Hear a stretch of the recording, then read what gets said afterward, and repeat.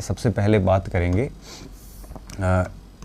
Stress management कैसे किया जाए। ठीक है, अब देखो स्ट्रेस मैनेजमेंट की समस्या रहती है और अक्सर विद्यार्थी इसके आप यूँ कहिए कि शिकार बन जाते हैं और हम बड़े और ये केवल आपके साथ ही नहीं है, हम सब के साथ में ये समस्या थी और हर स्टूडेंट के साथ में होती है। स्ट्रेस आता है, स्ट्रेस के क्या यूँ कई लक्षण क्या होते हैं? लक्षण यही होते हैं कि जब आप दुश्चिंता का शिकार होते हो, आपकी पढ़ाई जैसा आप चाह रहे हो वैसे नहीं हो पा रही हो, आप बहुत ज़्यादा सोच रहे हो, या फिर आप जो है वो यूँ कहिए कि ठीक से चीज़ें आपके जीवन में हो नहीं रही होती है, तनाव बहुत रहता है। ठीक है, डर बहुत रहता है रिज़ल्ट को लेके, है ना, पता नहीं कैसा पेपर आएगा, मेरा पता नहीं क्या होगा, ये सब स्ट्रेस है। अब इससे बचा कैसे जा सकता? मैं सीधा पॉइंट पे आता हूँ। देखिए, स्ट्रेस से बचने का पहला तरीका ये होता है कि आप इस समय अपने आप को व्यस्त रखें। थोड़ा सा भी फ्री हो जाएंगे ना तो आप सोचना शुरू कर देंगे। तो सबसे बड़ी बात ये होती है कि उस समय आप अपने आप को व्यस्त रखें। व्यस्त कैसे रख सकते हैं? देखिए, एक तो आप प्लान बना लें आगे 5-7 दिन का कि क्या करना है। ठीक है, प्लान ऐसे बनाएं कि एक बार कम से कम पाठ्यक्रम ठीक से मोटे मोटे जो बिंदु हैं उनको ऊपर ऊपर से देख सको, क्योंकि 5-7 दिन इतना अधिक समय नहीं होता कि हम पूरा पाठ्यक्रम एक थोरोली देख सकें। बस ऊपर ऊपर से निकालना होता है। मेन पॉइंट्स है, कुछ टेबल्स हैं, या फिर ऐसे कन्फ्यूज़न वाले बिंदु जो आपको अक्सर कन्फ्यूज़ करते हैं वो पॉइंट्स हैं, या फिर ऐसे बिंदु जो मतलब एक प्रकार से एक महत्वपूर्ण है कि परीक्षा में आने की पूरी संभावना रहती है। ऐसी चीज़ें जो है ना वही लास्ट में 5-6 दिन देखें, बाकी ज़्यादा लोड लेने की आवश्यकता नहीं है। बस अपने आप को व्यस्त रखें, ये सबसे ज़्यादा ज़रूरी होता है कि अपने आप को व्यस्त रखें। और पढ़ने में मन नहीं लग रहा होता है तो कम से कम पुराना पेपर लेके देखने शुरू कर दो। आप पुराने पेपर के 10, 15, 20 प्रश्न का अभ्यास करोगे तो अपने आप ही एक कॉन्फिडेंस आना शुरू होगा, क्योंकि पुराना पेपर देख के जैसे ही प्रश्न के उत्तर निकलेंगे ना तो आपको लगेगा कि हाँ वाकई में मैंने पढ़ा है। तो थोड़ा सा अंदर से अच्छा फील होना शुरू हो जाएगा। तो निकम में बिल्कुल मत बैठो। बस जैसे ही फ्री हुए, पढ़ाई में मन नहीं लग रहा तो अभ्यास पेपर ही करो, अभ्यास में मन नहीं लग रहा तो अखबार ही पढ़ लो, अखबार में मन नहीं लग रहा है तो कम से कम कहीं कोई टेस्ट जो चल रहे हैं कहीं पे वो दे दो। मतलब कहने का ये है कि आप बिल्कुल भी फ्री मत बैठो, सो जाओ, भली ग्राउंड में खेलने चले जाओ, मैं कह रहा हूँ फिल्म देख लो, कुछ भी कर लो, परंतु इस परीक्षा के समय अपने आप को बिल्कुल ऐसे फ्री ना रखें, क्योंकि फ्री रखते ही फ्री दिमाग शैतान का घर होता है, सोचना शुरू करेगा और सोचते स्ट्रेस, सोचना ही स्ट्रेस का मेन कारण होता है। पहली बात तो ये। दूसरी बात ये कि ये ऐसा समय होता है जब व्यक्ति सबसे ज़्यादा संवेदनशील होता है, उसको कोई भी डरा सकता है। ये ऐसा समय होता है जब व्यक्ति अपनी सिलेक्शन की अब लालसा में, एक इतनी लिप्सा होती है सिलेक्शन की कि वो चाहता है कि बस कैसे भी करके चयन हो जाए। और इस अवधि में, परीक्षा के नज़दीक की जो अवधि होती है, इसमें स्टूडेंट हर एक की बात को सुनता है ताकि उसको लगे कि क्या पता कहीं से अच्छी चीज़ मिल जाए और मेरा सिलेक्शन हो जाए, मैं बस बाहर ना हो। इस भय से वो हर किसी को सुनने की कोशिश करता है, हर किसी को पढ़ने की कोशिश करता है, हर व्यक्ति की बात को फॉलो करने का प्रयास करता है। वो बहुत डरा हुआ होता है। तो मतलब ऐसे समय में, ऐसा लास्ट समय होता है जब व्यक्ति मानसिक रूप से सबसे ज़्यादा कमज़ोरी होती है इस समय। तो ऐसे समय मेरा ये मानना है कि हमें किसी की नहीं सुननी चाहिए, हमें हमारे मन की सुननी चाहिए, हमें हमारी तैयारी की सुननी चाहिए, हमें हमारे माता पिता पे भरोसा रखना है, हमारे ईश्वर पे भरोसा रखना है और खुद पे भरोसा रखना है, क्योंकि माता पिता के कर्म किए हुए हैं तो डेफिनेटली हमारे साथ सब अच्छा होगा। तो हमें 4 चीज़ों के अलावा दिमाग में कोई बात ही नहीं आनी चाहिए।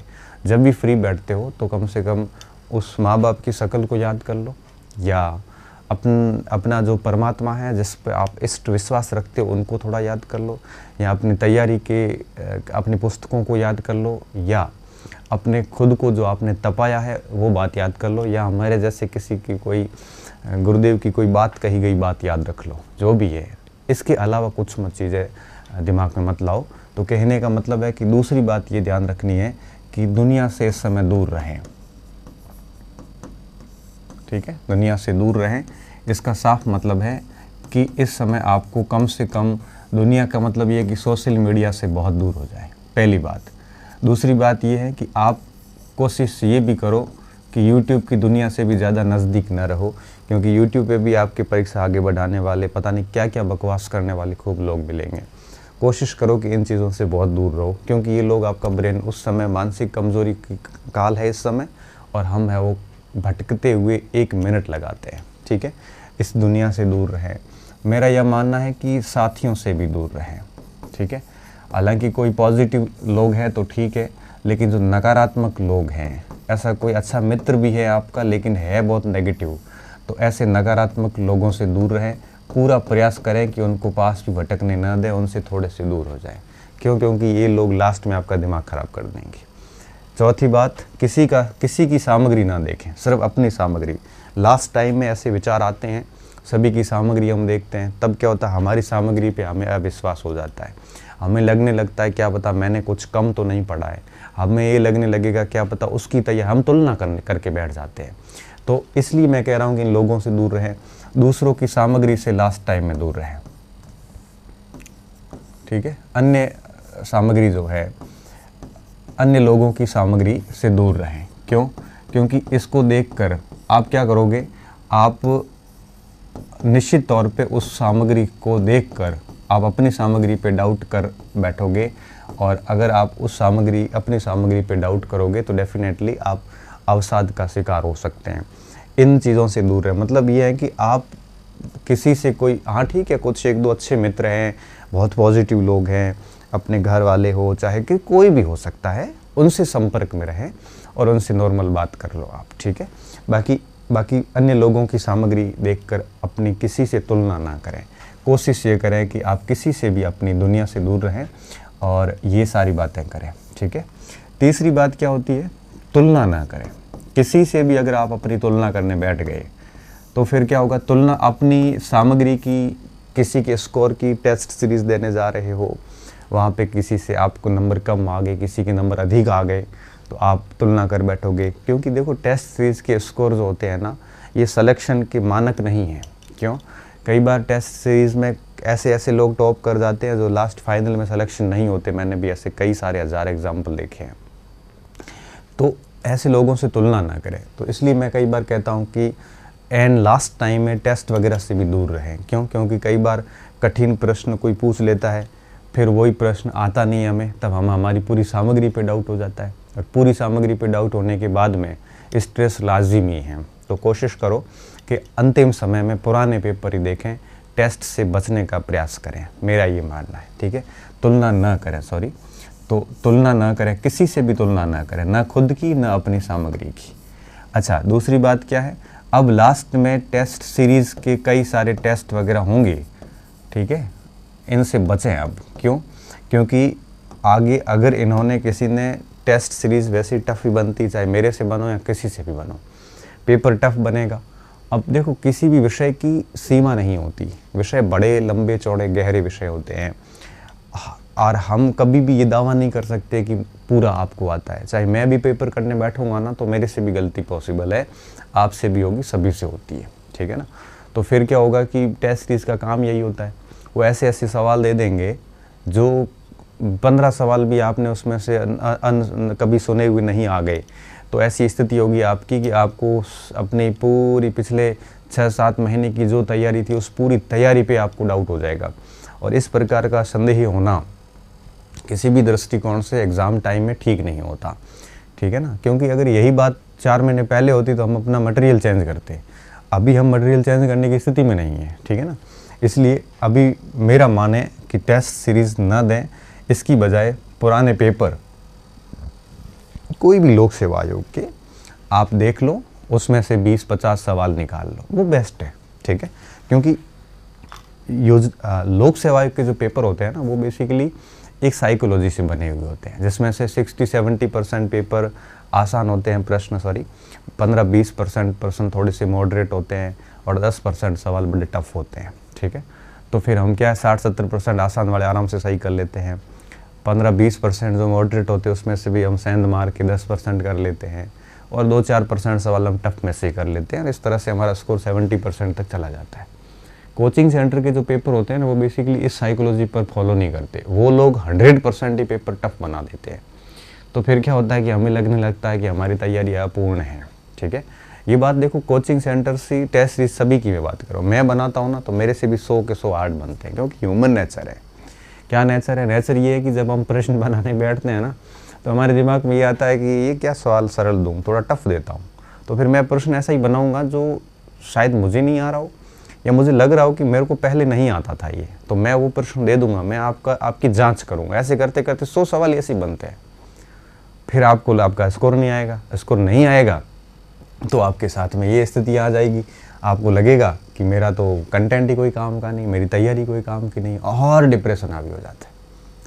ठीक है, तो इस तरह से टेस्ट सीरीजों से बचें, किसी से तुलना ना करें, दुनिया से दूर रहें, अपने आप को व्यस्त रखें। पढ़ने में मन नहीं लगता तो पुराने पेपर दे दें, पुराने पेपर में मन नहीं लग रहा तो गाने सुन लें, कहीं बाहर घूमने चले जाएं या मैच खेलने चले जाओ, कुछ भी कर लो, कोई फ़र्क नहीं पड़ता। आधा घंटा 1 घंटा खेलने से पढ़ाई देखो बहुत हल्के मन से होती है, लोड से नहीं होती। ये काम, अध्ययन ही एक ऐसा काम है जो शांत चित्त से किया जा सकता है। जोर ज़बरदस्ती इस काम को आप नहीं कर सकते। ठीक है ना, गाने सुन लो आप। जब भी मैं भी कई बार ऐसी स्थिति आती है ना कि मन नहीं लग रहा होता है कि यार इतना कब होगा, अच्छे से आप गाने सुन लेता हूँ 2-4, फिर वापस अपने आप को मोटिवेट करता हूँ कि मैंने मेरा 100% दिया है और अभी लास्ट एग्ज़ाम तक मैं मेरा 100% दे दूँगा, बाकी मैं सब नियति पे छोड़ देता हूँ। ठीक है, तो ये चीज़ें करें, व्यस्त रखें, दुनिया से दूर रखें, तुलना ना करें, टेस्ट सीरीज वगैरह से बचें अभी इन दिनों।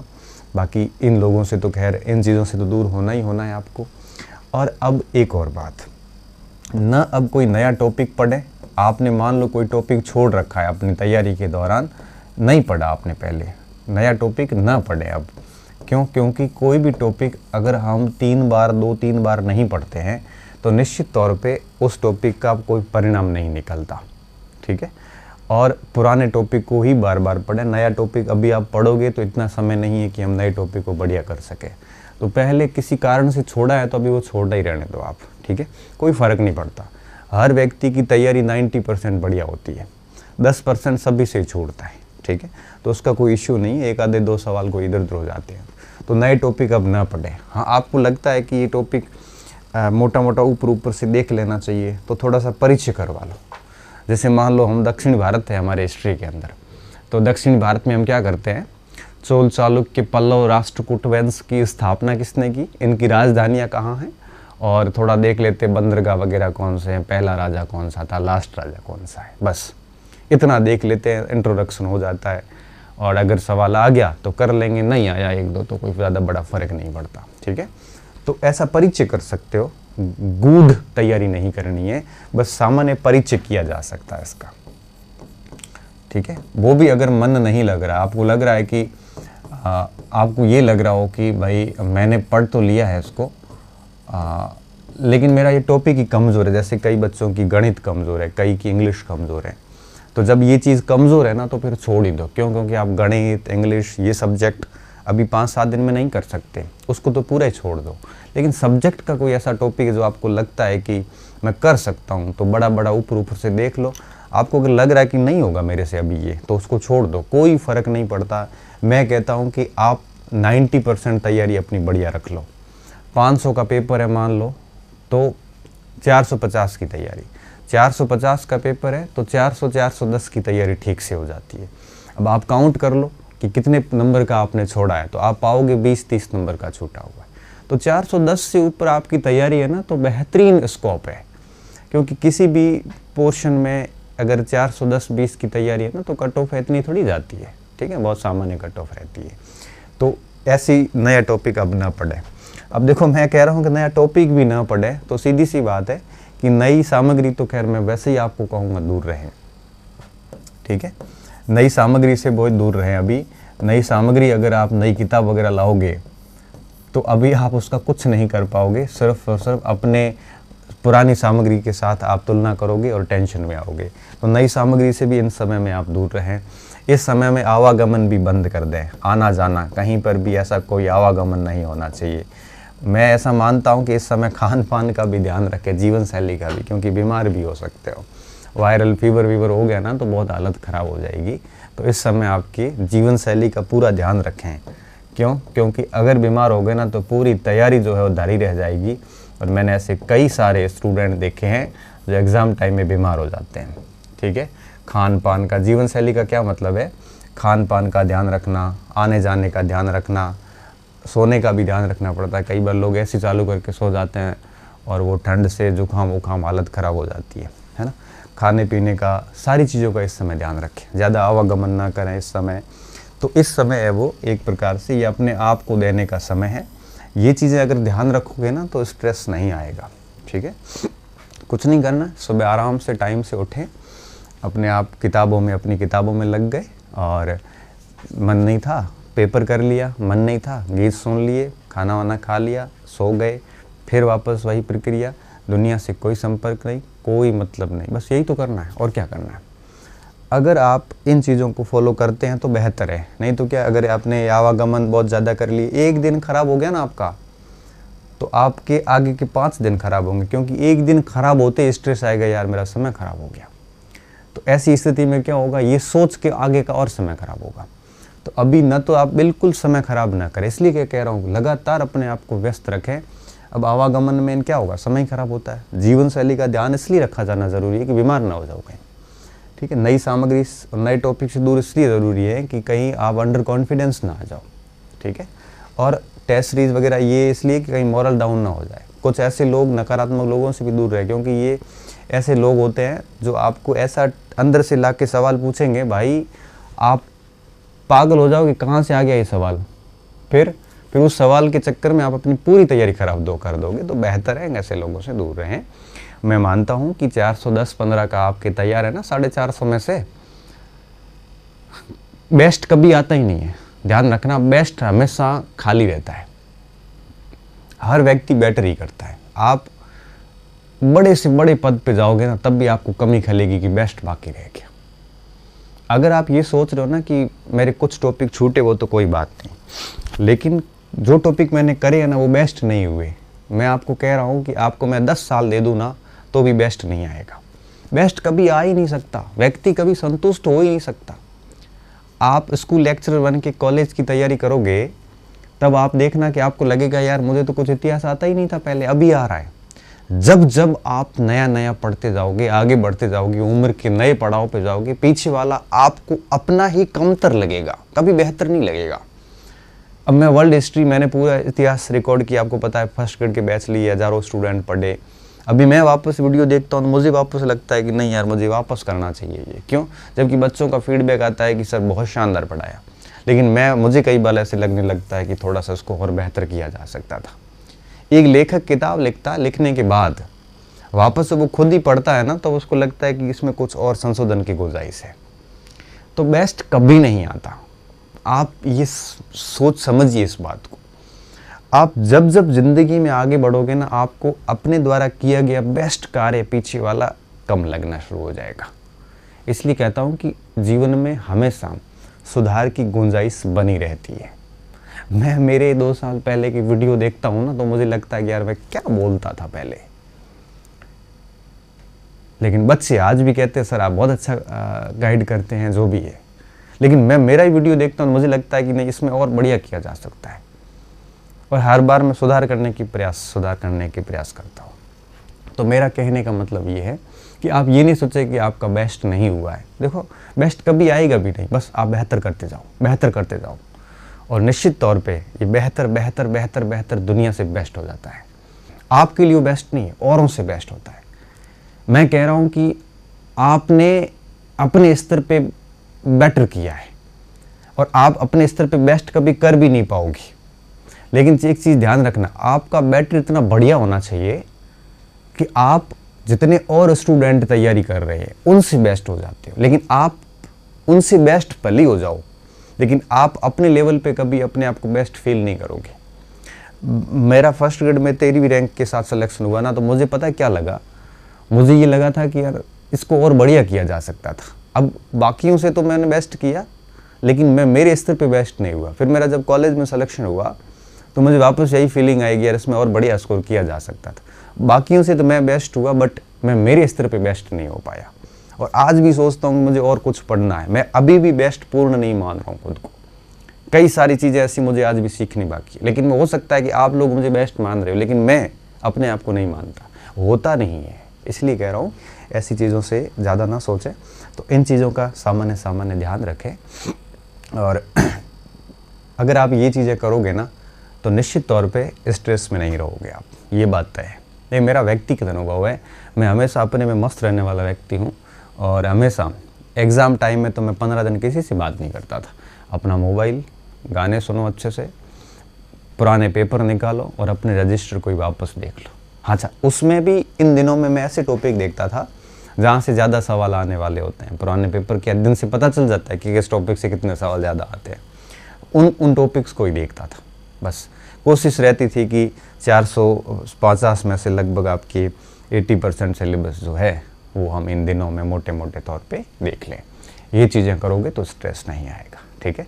बाकी आप अपने एग्ज़ाम डेट के बारे में सोचो, बस उस दिन तक आपको अपना 100% देना है, ठीक है।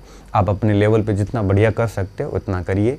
फिर रिज़ल्ट के लिए ईश्वर पे छोड़ दीजिए, माँ सरस्वती पे छोड़ दीजिए, वो अपने ऊपर ऋण नहीं रखती। ये मेरा बहुत व्यक्तिगत मानना है और ऐसे परिणाम भी मेरे सामने हज़ारों निकले हैं। ये तो बात हो गई स्ट्रेस मैनेजमेंट की।